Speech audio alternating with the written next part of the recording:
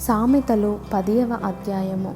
జ్ఞానము గల కుమారుడు తండ్రిని సంతోషపరచును, బుద్ధి లేని కుమారుడు తన తల్లికి దుఃఖము పుట్టించును. భక్తిహీనుల ధనము వారికి లాభకరము కాదు. నీతి మరణము నుండి రక్షించును.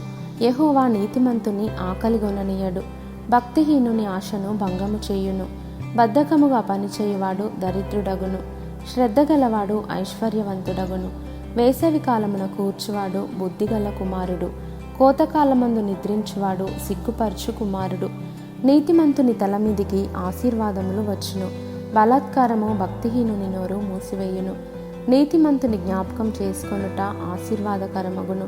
భక్తిహీనుల పేరు అసహ్యత పుట్టించును. జ్ఞానచిత్తుడు ఉపదేశమును అంగీకరించును. పనికి మాలిన వదరుబోతు నశించును. యథార్థముగా ప్రవర్తించువాడు నిర్భయముగా ప్రవర్తించును. కుటిల వర్తనుడు బయలుపడును. కనుసైగ చేయువాడు వ్యధ పుట్టించును. పనికి మాలిన వదరుబోతు నశించును.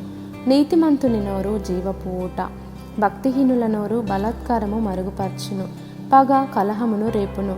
ప్రేమ దోషములన్నిటినీ కప్పును. వివేకుని పెదవులయందు జ్ఞానము కనబడును. బుద్ధిహీనుని వీపునకు బెత్తమే తగును. జ్ఞానులు జ్ఞానము సమకూర్చుకొందురు.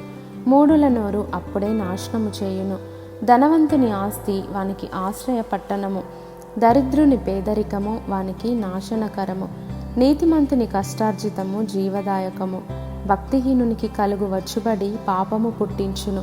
ఉపదేశమును అంగీకరించువాడు జీవ మార్గములో ఉన్నాడు. గద్దింపునకు లోబడని వాడు త్రోవ తప్పును. అంతరంగమున పగ ఉంచుకొనువాడు అబద్ధికుడు.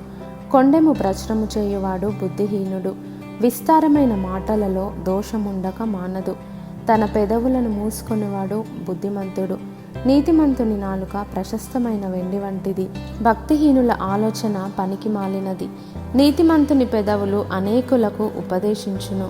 బుద్ధి లేకపోవుట చేత మూఢులు చనిపోవుదురు. యెహోవా ఆశీర్వాదము ఐశ్వర్యమిచ్చును. నరుల కష్టము చేత ఆ ఆశీర్వాదము ఎక్కువ కాదు. చెడు పనులు చేయుట బుద్ధిహీనునికి ఆటగానున్నది. వివేకికి జ్ఞాన పరిశ్రమ చేయుట అట్టిదే. భక్తిహీనుడు దేనికి భయపడునో అదే వాని మీదికి వచ్చును. నీతిమంతులు ఆశించున్నది వానికి దొరుకును. సుడిగాలి వీచగా భక్తిహీనుడు లేకపోవును. నీతిమంతుడు నిత్యము నిలుచు కట్టడము వలె ఉన్నాడు. సోమరి తనను పనిపెట్టు వారికి పండ్లకు పులుసు వంటివాడు, కండ్లకు పొగ వంటివాడు. యెహోవాయందు భయభక్తులు కలిగి ఉండుట దీర్ఘాయువునకు కారణము. భక్తిహీనుల ఆయుస్సు తక్కువైపోవును. నీతిమంతుల ఆశ సంతోషము పుట్టించును. భక్తిహీనుల ఆశ భంగమైపోవును. యథార్థవంతునికి యెహోవా ఏర్పాటు ఆశ్రయదుర్గము. పాపము చేయువారికి అది నాశనకరము. నీతిమంతుడు ఎన్నడూను కదిలింపబడడు. భక్తిహీనులు దేశములో నివసింపరు.